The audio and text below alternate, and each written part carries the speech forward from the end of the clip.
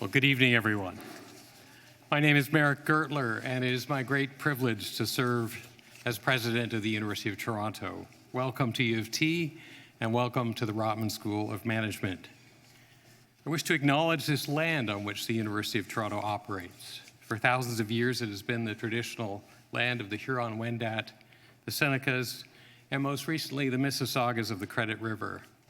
Today, this meeting place is still the home to many Indigenous people from across Turtle Island. We are grateful to have the opportunity to work on this land.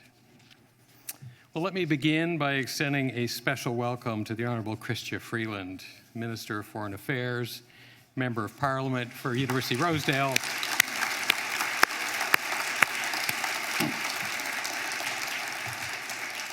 My guess is that's the first of many ovations this evening. So she is the member for University of Rosedale. She's also our MP here on this campus. So, Minister, we are always delighted to welcome you back, and we are honored by your presence. Thank you all for joining us for what I know will be a fascinating conversation. This is the fifth conversation in a series organized by the Martin Prosperity Institute and the New York Times and held here at Rotman. Our topic today, U.S.-Canada relations and Canada's foreign policy challenges, could hardly be more timely. That is true. I think the size of the evening's sold-out crowd also supports this observation. After all, many global concerns have become more acute in the past few years, months, and even days or hours. Concerns that impact the lives of Canadians and affect every aspect of our relationship with our closest and most important international partner. We are passing through an unusual time in world history, to say the least. The institutions of the post-war economic and political order seem to be under siege thanks to the rise of populism and instability in many parts of the world. Our planet faces a threat of existential proportions due to climate change. The recent G20 summit in Buenos Aires and the ongoing climate change conference in Katowice underscore both the critical importance and the difficulty of building new institutional architectures of global cooperation. In times like these, we need to promote global engagement and dialogue to bridge rather than deepen divides. We need solutions to pressing problems that are based on sound experience, sound evidence, and guided by Canadian values like openness, inclusion, and mutual respect. This is where Minister Freeland comes in. She has earned widespread praise for her skillful and courageous leadership of the NAFTA file. Minister, yes.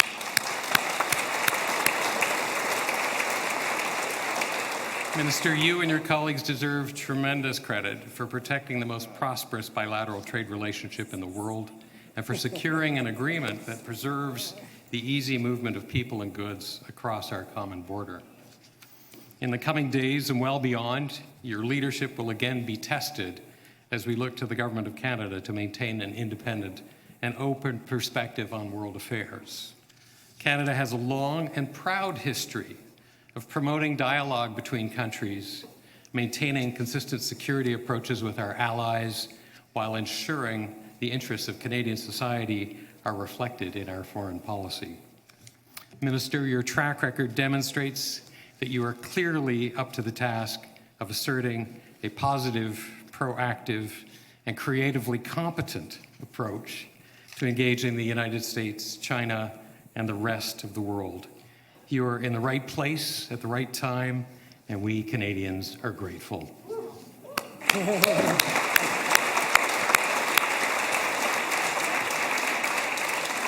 Well, ladies and gentlemen, I know we're all eager to hear today's conversation, and so without further ado, I'm honored to welcome back to the University of Toronto Chief White House Correspondent for the New York Times, Peter Baker. Peter was last here in June 2017. Peter was last here in June of 2017 for one of these public conversations with Prime Minister Justin Trudeau at another event of these joint Martin Prosperity Institute New York Times gatherings. Also very pleased to welcome Mark Thompson, President and CEO of the New York Times Company. Welcome, Mark.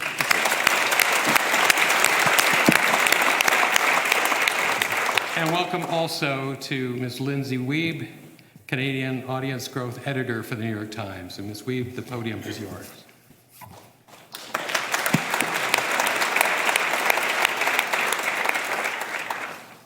Good evening.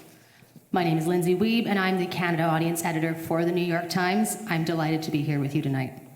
I joined the Times earlier this year with a focus on understanding and serving our Canadian audience.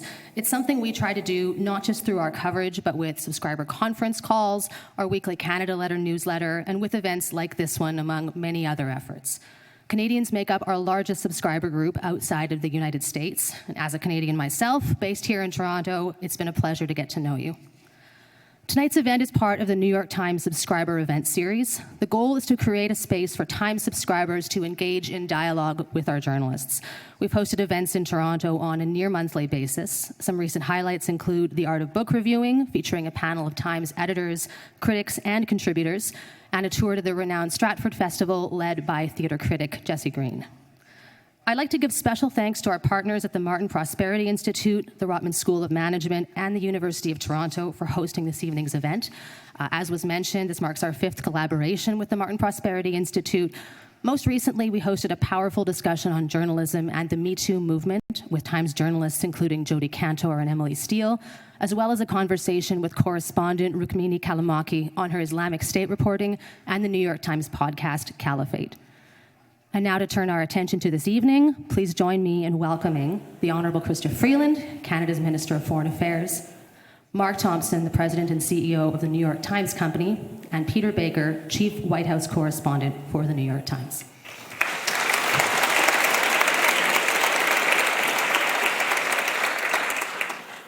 Well, perhaps I can just begin by saying that Peter and I were reflecting a moment ago. There aren't many countries in the world you can go to a public event to be told the foreign minister has arrived by cycling through the snow.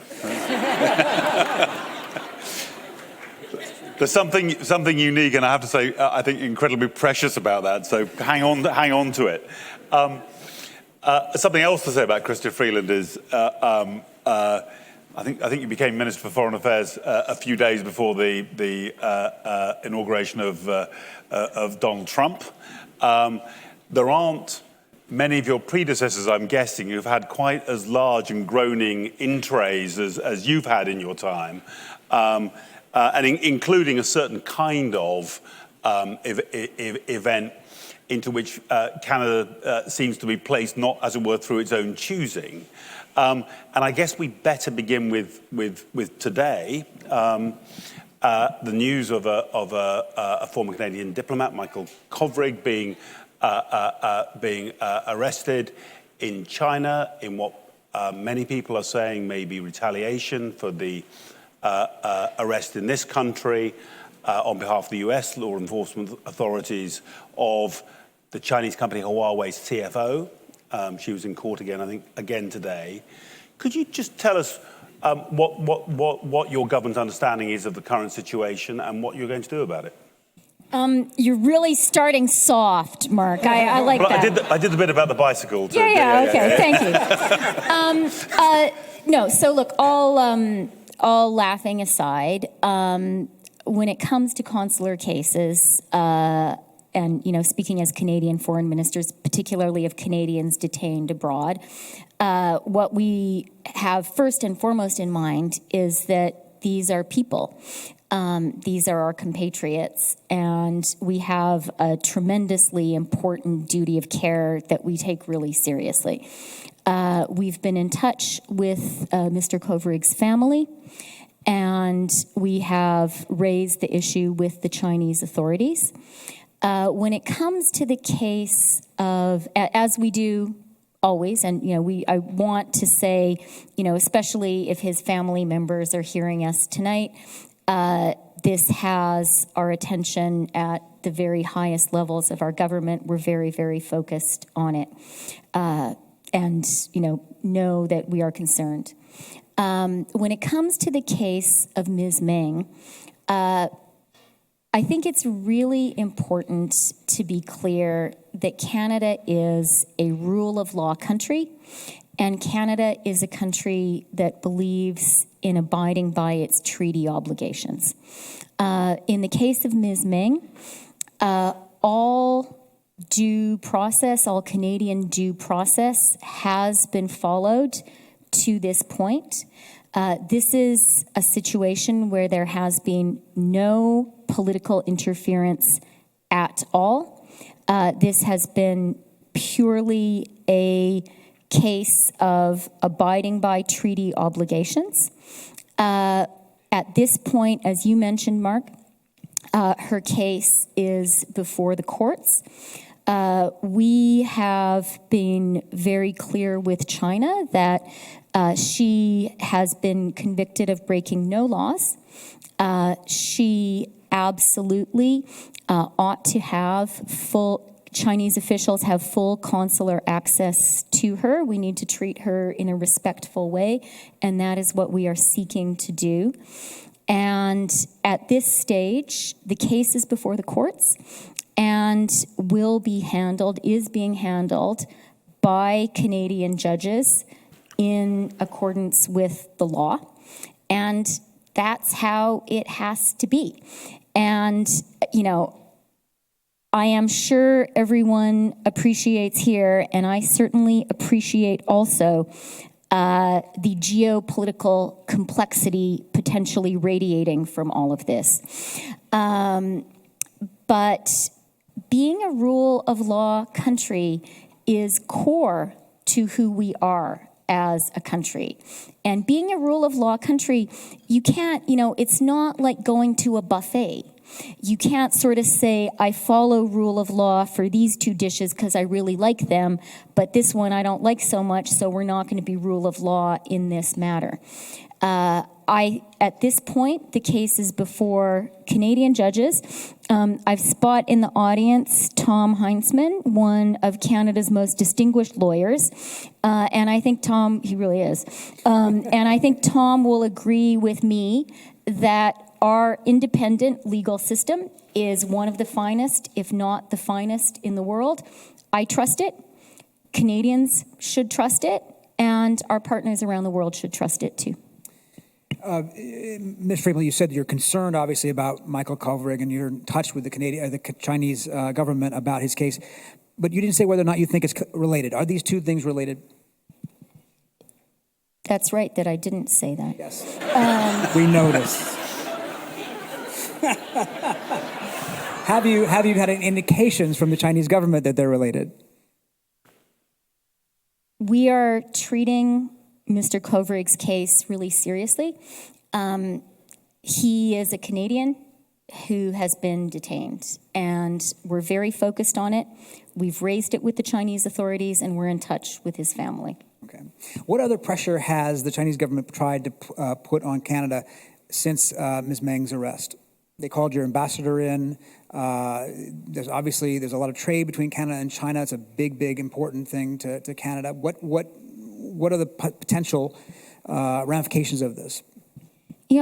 I think, Peter, that's really a question for China. What is important for us to communicate to China and also to Canadians is what I've just said, that this case, the detention of Ms. Meng, is not a political judgment by Canada. This is about Canada abiding by an extradition treaty with no political interference at all. Are you told about this arrest before it happens, or does it happen automatically without your knowledge? The Prime Minister has said that he was informed that it would happen. And in accordance with our processes, there was no interference. We believe very strongly in following our treaty commitments and in not interfering politically. There's a real slippery slope there that you can slide down incredibly quickly. And, both Mark and Merrick referred at the beginning to this being a pretty complicated time in the world. We're seeing a lot of countries around the world that are starting to play fast and loose with democratic institutions and with rule of law. Canada is not going to be one of those countries, and it's not always so easy to be a rule of law country, but in the fullness of time, we're always going to be glad that we stick to that. And I just want to say, we agree with that, right? And I'm going to say just one more thing to Peter's question. It's important for us, and we're working on this, to be sure that this reality of what has happened is fully explained by us to China.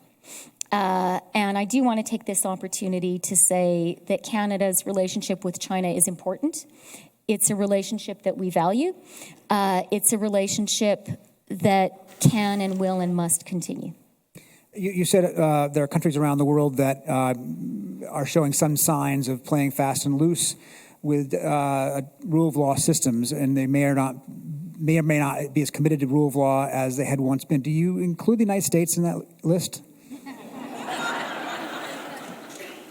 You know what? Actually, I think that one of the things that a lot of people have commented on, including many New York Times reporters and commentators, is the incredible resilience of U.S. institutions, very much including the rule of law and the judiciary.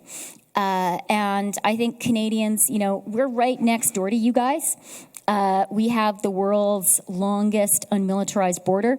Quite a few of us read the New York Times, in fact. Yeah. More and more, so, Canadians are well aware of the working of the U.S. judiciary and, frankly, some of the really, really admirable ways that the U.S. judiciary has operated. Now, I think the Canadian judiciary is the very, very best, of course, but...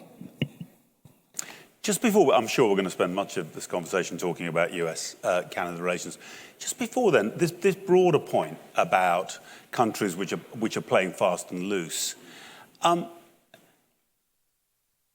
was an instance in the summer where you did something which a few years ago would have been regarded as being unremarkable. You I think, tweeted or certainly let it be known that you and the Canadian government It was a tweet. I know what you're talking about. Were anxious about the treatment of some women's rights advocates in Saudi Arabia, and the response of the Saudi Arabian government was very aggressive to that tweet. And I suppose my question really is, do you have to think carefully? I mean, if, as you say, Canada, in a sense, is playing by old rules, or traditional rules, tried and tested rules, you might well argue, but there are other countries there which, for whatever reason, have decided to throw away that rule book in ways which potentially could be damaging to Canada. Do you and your colleagues have to think carefully about language and about tactics, given how different the climate is out there now? Yeah, that is an excellent question, Mark. And of course, we have to think really carefully about language and tactics, always. And I hope that Canadian ministers of the Crown, always have done that. But you're right that we're living in a fraught time. And in a time when some certainties are not so certain anymore. My favorite book at the moment is, and I think I'm going to give you a New York Times another plug. I think I saw this reviewed in the New York Times book review a couple of weeks ago, is the new Robert Kagan book, The Jungle Grows Back. And, the basic argument he makes is that the post-war rules-based international order and domestic liberal democracies are not the resting natural state of the world, and that they are not also kind of the natural state to which we are all inevitably, as humans and as human societies and as a world community, progressing. But what he argues instead is that this was quite a deliberate, quite a conscious effort to construct something in the post-war period, led by the United States. If I had been Bob's editor, I would have said, you should point out more the role Canada played in building this order, because we were there at the creation. But his core point is, with the jungle grows back point, is, that this post-war order, it's like a garden. My dad's a farmer, so I would say it's like a farm. And if you don't weed it all the time, if you don't seed your crops every spring, if you don't fertilize them, if you don't weed them as a gardener or spray them as a farmer, and if you don't harvest them, you're not going to have a garden anymore. So to your point, I wouldn't say it's old-fashioned rules that we believe in. It's actually the liberal democracy that we're lucky enough to have now. And I think as Canadians, we are very conscious that we are very lucky. I would argue, and I don't think that this is gloating at all, I think Canada is the strongest liberal democracy in the world right now. And if you guys disagree with me, name me one that's stronger. Right? Truly. Like, we're standing pretty strong, and that's great. It means we have to pay a lot of attention to weeding our garden at home, because we are not under any illusions, as a government, and I'm going to speak for Canadians here. I think we know we're not immune to the disruptive forces other liberal democracies are facing.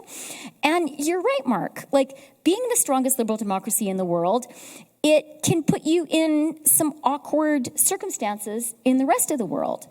But I think we need to be proud of who we are and stand up for who we are, and frankly, help people who are living in darker places right now. You guys are clapping too much. It's going to make the reporters mad and ask meaner questions. No. You say that Canada is the strongest liberal democracy in the world right now, and this is a fascinating week, actually, to have that conversation, because if you look at Europe, of course, we've got Theresa May struggling with Brexit, possibly on the edge of... I think we have to question Mark about that. We should question Mark about that, but we've got President Macron, obviously, in retreat with the yellow vests, and Angela Merkel now has anointed a like-minded successor, but she's on her way out. She had to win a contest. She had to win a contest. In the CDU. Yes. AKK. She wasn't anointed. She was right. Merkel's choice. Yes. I was in Berlin on Friday and Saturday, and that was a real race. It was. My only point is that she's now on her way out, and that Merkel, who had been seen as a leader, if not the leader of the Western world in some level, is going to be retreating from the stage at some point soon. What do you these larger forces that are happening? John Lewis Gaddis told me recently. He says it's not a surprise that the liberal international order of the Cold War is beginning to fray. What's surprising is it lasted this long after the end of the Cold War. So what replaces it? I mean, what are we supposed to be doing right now? What are we, as a larger democratic rule of order world, supposed to be doing to replace what had existed in this superpower conflict that no longer is quite the same? So I wouldn't use the verb replace. I would say more renew and make fit for purpose for the 21st century. And there is certainly work there to be done. I put the challenges in sort of two categories. I think one challenge is the one that people who thought about this kind of thing have been thinking about for 20 or 30 years. Certainly, when I was at the FT, many columns and editorials were written about this, which is how is our, rules-based international order, which at the end of the day was based on the transatlantic alliance, Canada, US, Western Europe, maybe plus Japan. How are we going to expand that to accommodate the rising powers, particularly of Asia? And that was a question a lot of people have been thinking about for a long time. And that question still needs to be figured out. I think the new question, which has kind of hoved into view that was less expected, was what happens if established liberal democracies start being a little bit less convinced of the value of being an established liberal democracy. And look, Peter, I'm not going to pretend that in a soundbite I can answer what we do. What I would say is, and Canada, what I'm about to say is something Canada is doing, we need to work hard to work with like-minded countries to get things done. Instead of cursing the darkness, let's light a single candle. And I'm going to give a specific example, small but valuable, of a thing that we've done. So Syria, huge, terrible tragedy. I think there is still going to be a moral accounting of us, the West, and the fact that we allowed this to happen. And it's not over. There was a moment this summer, late June, when the Assad forces were taking more and more territory. And there's a group in Syria called the White Helmets, who are really, really brave volunteers who got together to rescue fellow Syrians who'd been attacked and to gather evidence of war crimes. And as Assad was making progress, they were getting squeezed, and the White Helmets were particularly targeted by Assad and Putin, that there was not going to be reconciliation with them, that they were being called terrorists, and they were in real danger. All of this happened just before the NATO meeting. And you'll remember the summer NATO meeting was a rather interesting, dramatic time. But as it was happening, we, Canada, became aware of what was happening. We raised it. We said we have a moral responsibility to rescue these people. Western countries, including Canada, had actually been funding the White Helmets. And that resonated particularly with Germany, with Heiko Maas, and with the UK, Jeremy Hunt. And we worked together, crucially with the support of the US, without the US being involved and helping us. Also, Israel and Jordan were crucial. But it was us, like-minded countries, stepping up, taking the lead, and some of those White Helmets are already in Canada. I met them a few weeks ago, a group of them, and they're such great people. They were saying they are really glad to be here, and they want to set up their own White Helmets in Canada, but they don't know what problem they could address. Yeah. So this is actually true. So they're thinking of maybe forest fires. But, my point here is that we, countries who believe in the liberal, rules-based international order, we need to step up. We need to take the lead. We need to form alliances of a kind that maybe we weren't forming before. And I don't want to overstate this specific example. It's not the solution to everything, but it shows that we need to just start doing it. In your view, does Donald Trump believe in that kind of rules-based multilateral, multinational body? Because get me out of here were his words at the end of the G20. And isn't it a problem if the leader of what has historically been the principal guarantor of this order seems to have pretty serious problems with it himself? But you know what? So that's why I use the White Helmets example, because the U.S. was not the leader, but President Trump personally helped to make it happen. And President Trump's personal engagement was one of the reasons it was possible to take the White Helmets through Israel to Jordan and onto their other final destinations. And actually, Jeremy Hunt and Theresa May were very essential to that, as was Heiko Maas of Germany. So, stuff can still be done, and it's important, for us as political leaders to try to work not only to kind of despair. There's a lot to despair about, Mark, don't get me wrong, but to also think about, okay, where are the places where we can actually do something good? And just to understand it, so you're saying that Donald Trump's remarks about the United Nations, about NATO, about Canada, about extensively about Canada, that at some level doesn't matter or can be worked around? No, I didn't say that, Mark, and you know that I didn't say that. And look, it's not. You've given us one admirable example against the backdrop of a year where a lot of organisations of exactly the kind you're talking about, on which this order was built, have been on the receiving end of really aggressive language from the American president.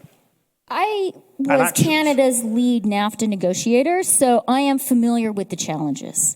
But I do, or so, and I agree.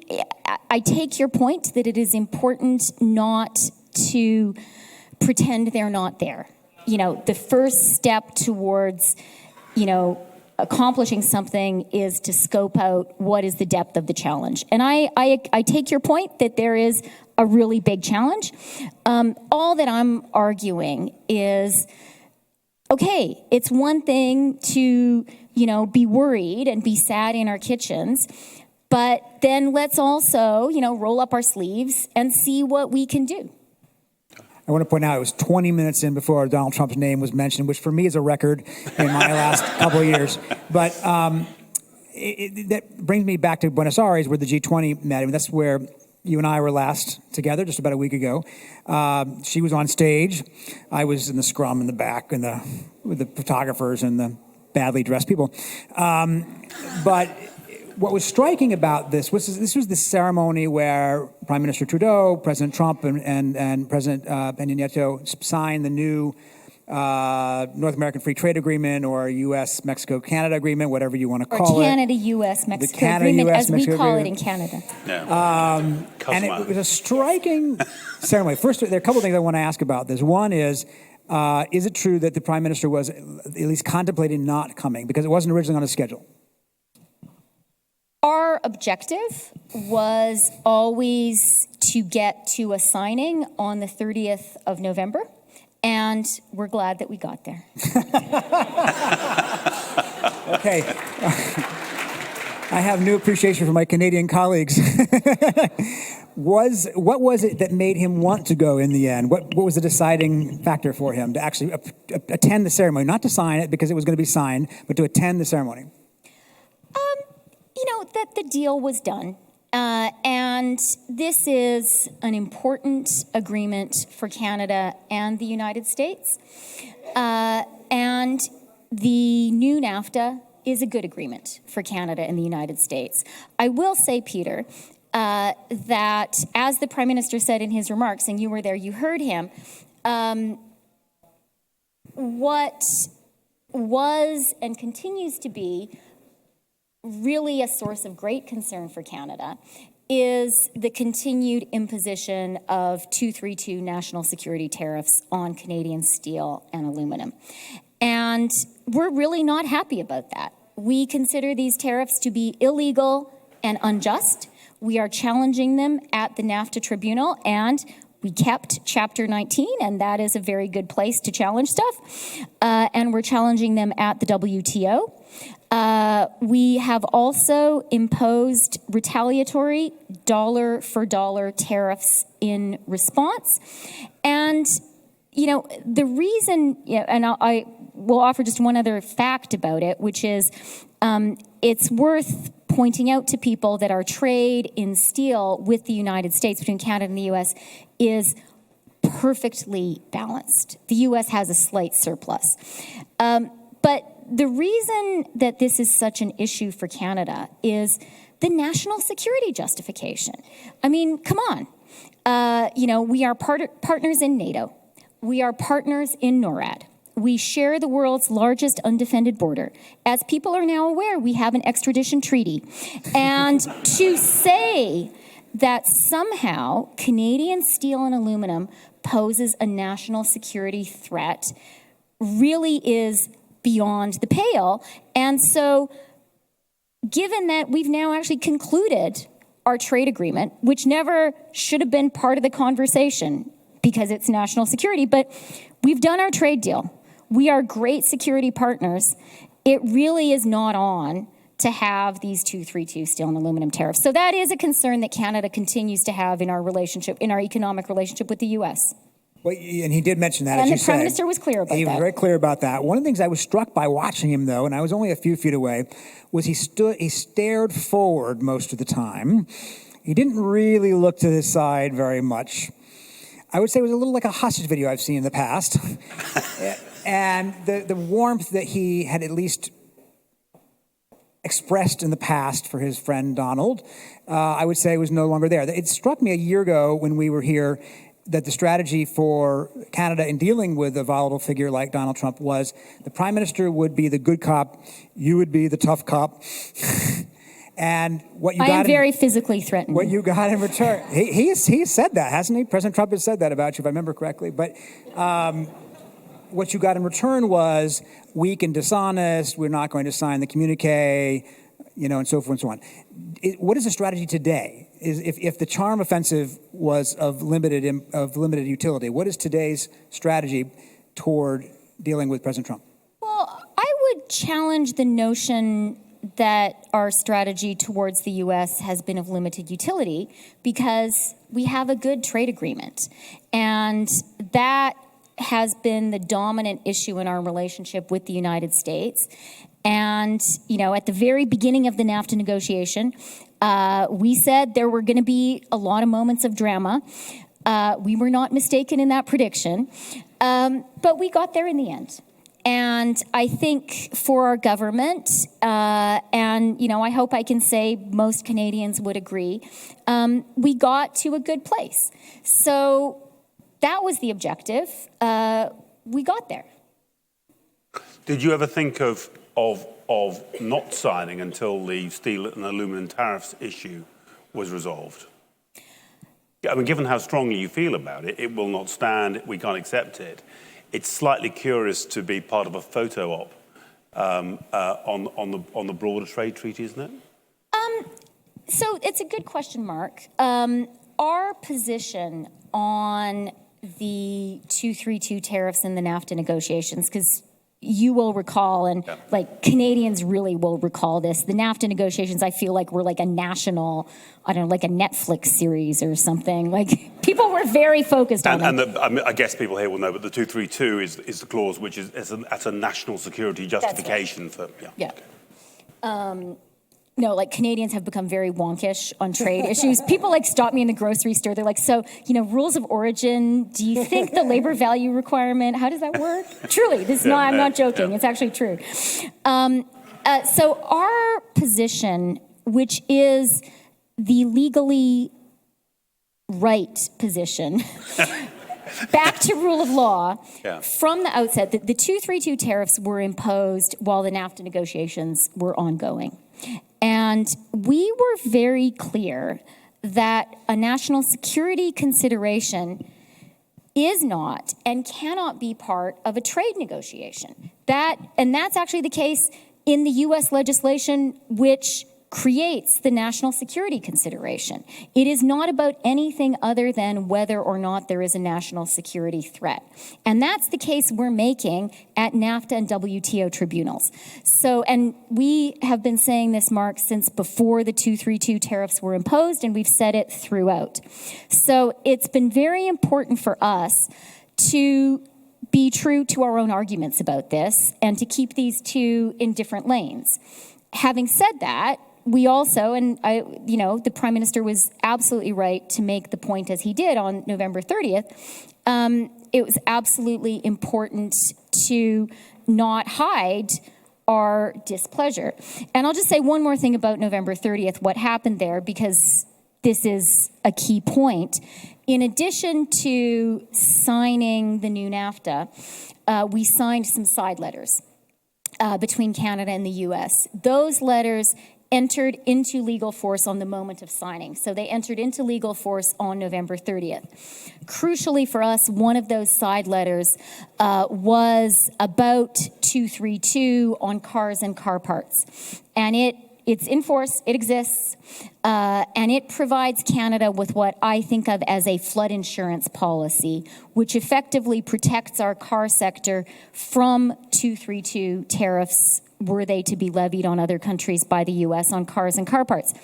That's a pretty great thing to have. Let me ask, I think we're wrapping up. One more before we have questions from the audience. Let me ask on that, though. President Trump, on the way home, I was on Air Force One with him on the way home from Buenos Aires. He says, I'm going to terminate NAFTA. Now that we've got this deal signed, I'm going to go ahead and terminate NAFTA as soon as I get back. I think he then realized that it was President Bush's big accomplishment, and maybe doing it the week of President Bush's funeral wasn't the nicest thing in the world. But he's going to do it, he says, anyway, in the coming days. They would start a 6-month clock, if I understand, in terms of withdrawal.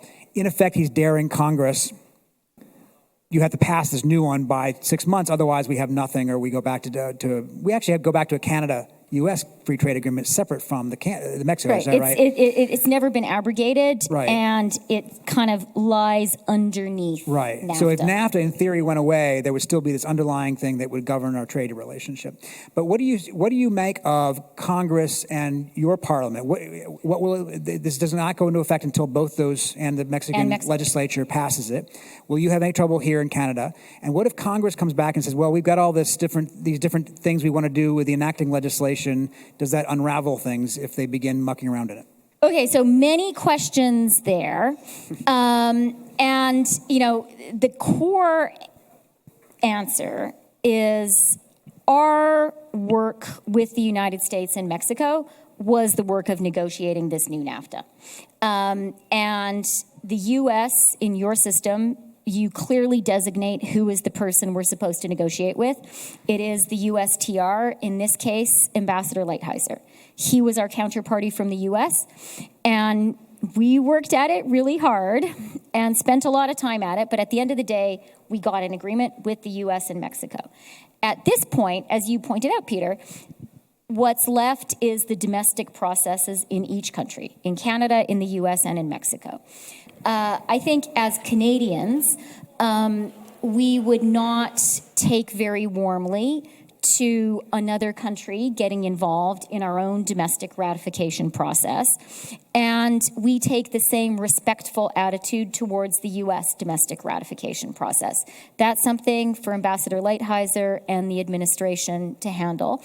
And I will say, Ambassador Lighthizer, he is certainly a tough negotiator for the U.S. I hope he would say I'm a tough negotiator for Canada. But he's also a real pro.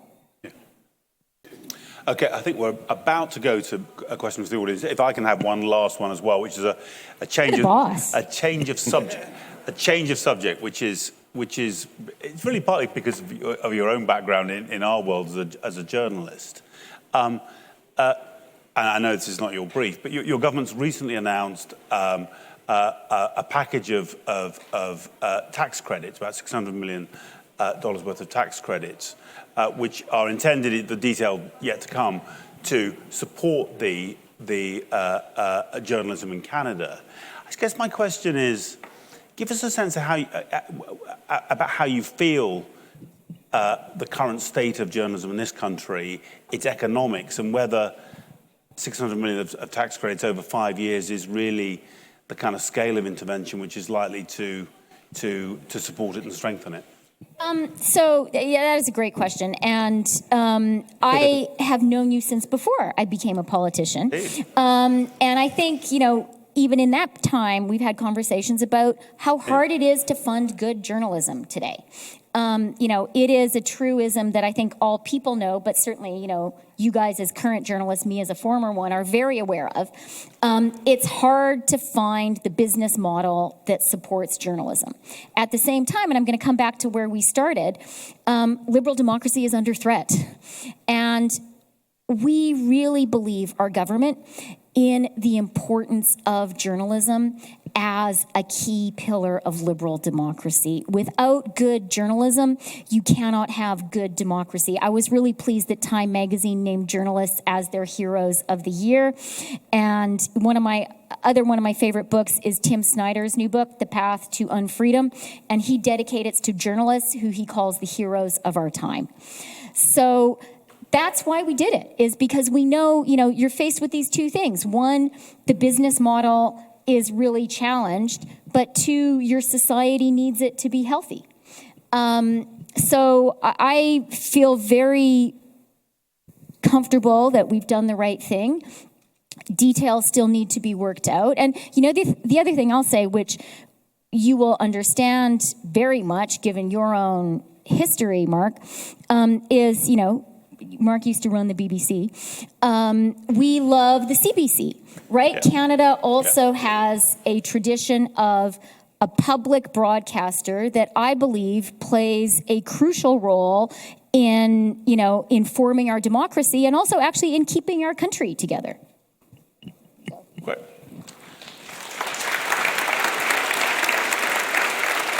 So yeah, Mark, we've got four mics in the audience. Raise your hand. We'll try our best to get to everybody. Tell the minister your name and make your question really short. No speeches, please. Who's first? And if you live in University Rosedale, you can say that too. Oh, yeah. I have to be extra Okay. nice to you. First question in the West End over there. Oh, hi, Elizabeth Hurley, and thank you very much for the work you do. I just wanted to ask you about, with an election coming up in Canada, what's the government going to do about misinformation and other governments that might interfere in our country? Do you want me to answer one by one or let everybody ask? No, let's go one by one. One by one? Okay. Yeah. Elizabeth, I think that is a great question. Corinna Gould, our Minister for Democratic Institutions, has been talking about that, as has Ralph Goodale. I think we should not take the threat of malign foreign interference lightly at all. We as a government are definitely working on that. But the other thing that I would say is, I think above all, what matters is informed people. We've met as part of our work on this. We've spent a lot of time talking to the Baltic republics. Canada leads the NATO battle group in Latvia, so we talk a lot with the Latvians, but also with the Estonians and the Lithuanians. And we had a meeting a couple of months ago with a group of Estonians, including like the guy in Estonia whose job is to fend off malign interference, which in that case means Russia. And like, that's a big job. And I asked him that question, and Corinna was there too. And he said, you know what? The strength that we have is Estonians are really aware that this effort is there and that it's constant. And that aware citizenry is actually our biggest secret. It's not about fancy cyber stuff. It's about people being smart and alert. And at the end of the day, I think that's going to be a key part for us. Person near the back, stand up, please. Hello, Minister. Jeffrey Wiebe. Those nefarious words, middle power. If it was ever fact, it had some sort of currency at one point. Is it still relevant now? Yeah, I think it is. I am careful to qualify when I talk about Canada as a middle power, because I think since we live right next door to the Americans, we sort of think of ourselves as a middle power, but we're the 10th largest economy in the world, and to give you a sense of what that means, our economy is a little bigger than Russia's, right? So think about that for a minute. We're not that small. People think we're pretty attractive. I was, as I mentioned, I was in Berlin on Friday and Saturday, and there was an event on Saturday during which the German foreign minister said, we really wish you guys were geographically a little closer because we'd love to invite you to join the EU. What with the UK? No, he said it. It's public. He said, you guys would make a great European country. Yeah. He didn't say that. He said, we love the Brits, but we'd really like to have you guys. We also speak French, so... I think we need to be careful as Canadians not to think that we're smaller or less influential than we actually are. Having said that, it's true we're not a superpower. And there are ultimately only 36 million of us. And so that's why I think that we need to work so hard. That's two conclusions come from that. One is the rules-based multilateral order is essential for us. A world in which might makes right is a really bad world for Canada. We really, really need a world of rules. And I think Canadians really get that. I think that's one reason that a lot of us feel so strongly about it. The second thing is we know that we can be more effective when we act in concert with our allies. And what I suggested to one of Mark's earlier questions is, I think, at the WTO, since it's been so hard to progress beyond the Doha round, this idea of doing plurilateral deals has developed, that you kind of get groups of like-minded countries to move together in a direction. These deals are open so new countries can come in. And maybe it's because I'm a former trade minister, but I think we have to start thinking and working a little bit in that direction in foreign policy too. And as maybe a big middle power, that's the kind of thing that I think Canada can and should be good at. Sort of in the middle here. Dennis Danneman. Amartya Sen, the Nobel laureate in economics, said two things prevent countries from going into poverty. One is a free press and other are democratic elections. How are we going to make sure that the cyber wars and that had occurred in the States in the elections don't happen in Canada the next time around? It's an excellent question. You know, as I said in response to Elizabeth's question, you know, we're aware of it. I think we have to be very aware of the danger of malign foreign interference. I think we need to have, you know, as strong as possible of an impartial and independent democratic media, or not democratic media, also that is across the country. There have been some interesting studies correlating media deserts, places that don't have their own media with a higher incidence of populism. But I think at the end of the day, what it's going to come down to is Canadians, Canadian citizens, Canadian voters making an active political choice. And also, it's about political leadership. Like, I really think, you know, as I think is evident from this conversation, I believe so strongly how precious and valuable our liberal democracy is. And so it's going to be my job and the job of my colleagues to talk to a lot of Canadians and say, guys, this is really important. Let's be sure we don't let it be wrecked. Back over on the west side. Yep. Hi, William Cohen. As our NATO allies, such as Hungary, Turkey, Poland, begin to turn away from liberal democracy and towards authoritarianism, how is NATO working to ensure the strength of the alliance, and what's Canada's role in that? There are too many good questions this evening. I mean, I would put that into two parts. One is what we're doing in NATO, and the other is what do you do, you know, with rising authoritarianism among your friends, as well as among countries that are not military allies. In terms of NATO, and I was just at the NATO foreign ministers meeting in Brussels last week, Canada is very engaged in NATO right now. We lead, as I mentioned, we lead the NATO battle group in Latvia, Operation Enhanced Forward Presence. That is a big and important commitment. We have just taken on the NATO command in the new NATO training mission in Iraq, and the Canadian commander is already there on the ground starting to get to work. We are very engaged in supporting Romania and our allies in the Black Sea. So we really, you know, the rules-based international order started with the Transatlantic Alliance, and we have to first and foremost be sure that that alliance is strong. So we are really engaged. In terms of authoritarianism creeping into countries, you know, I think there are two things happening on the liberal democracy, you know, health watch in the world. One is this assumption we used to have, some people used to have, I probably had it also, because I'm an optimist, that as authoritarian regimes grew richer, they would sort of inevitably move towards being a liberal democracy. And, you know, people often talk about Francis Fukuyama's end of history, but this has been an idea from before that, right? Jean Kirkpatrick talked about it, and it happened in a lot of countries. So that seems not to be working, and we're seeing a lot of authoritarian regimes get richer and decide they want to stay authoritarian, which is worrying and makes this international order harder to maintain.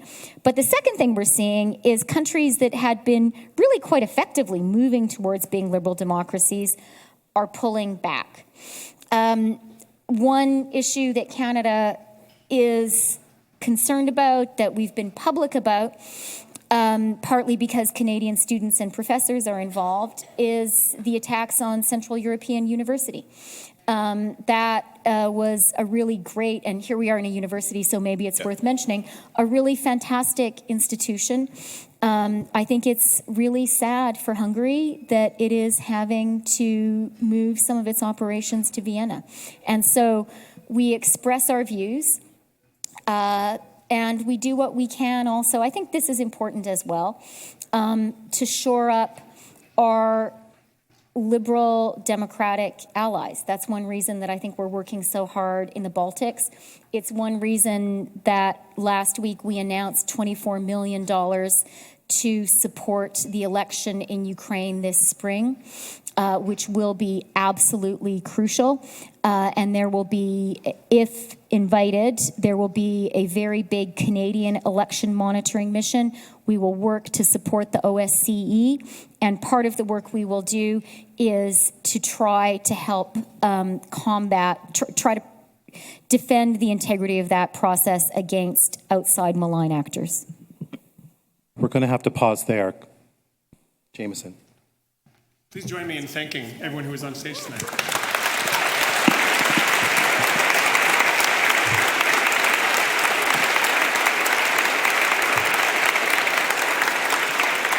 Great. So my name is Jameson Stevie. I'm the Executive Director of the Martin Prosperity Institute. A couple things in closing. First of all, it's important, I think, sometimes at these moments, we start off with a joke about the minister rolling up on a bike.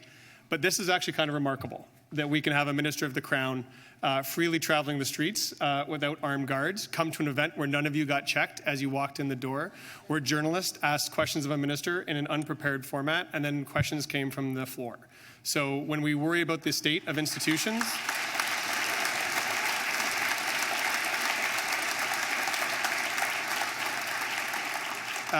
we're doing okay. And to the New York Times journalists, all Canadians ask this level of question. We are an incredibly literate and bright people.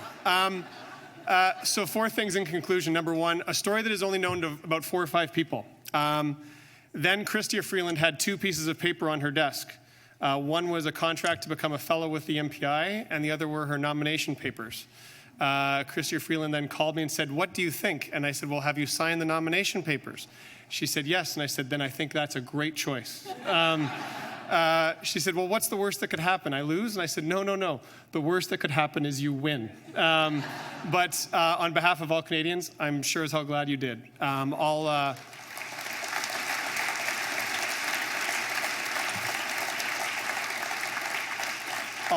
politics aside, knowing that a woman of your intelligence and your character goes into the room to reflect our interests is of great comfort to me and to many of us in the audience. So thank you for your public service.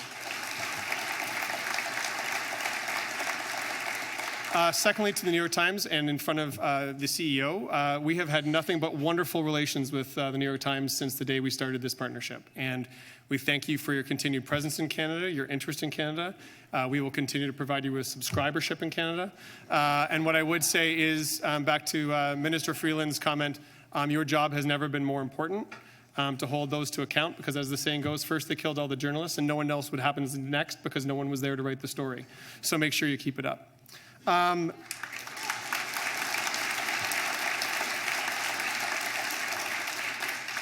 Thirdly, while there isn't a scrum of Minister Freeland available for the press, she has to get back on her bike and head to her next event. Although in those shoes, it might be a tough slog. I know you can do it. Sorry, I didn't mean to question. But Mark will be available for questions for media in classroom 151 just to the side. And then finally, it's kind of bittersweet. The MPI, this is something known to Minister Freeland. The MPI, which has been in existence for about 11 years, will be wrapping up its work this June. Roger Martin will be moving on to other pastures and as a professor emeritus here at the school, and Richard Florida will be moving on to the School of Cities. But that doesn't mean we're going anywhere too fast. We're going to keep up our good work for the next 6 months. We have events with Frank Fukuyama, with Jonathan Haidt, with Mariana Mazzucato, and we'll be coming with publications around the strength of democratic institutions, so continue to watch our space. Thank you. Get home safe.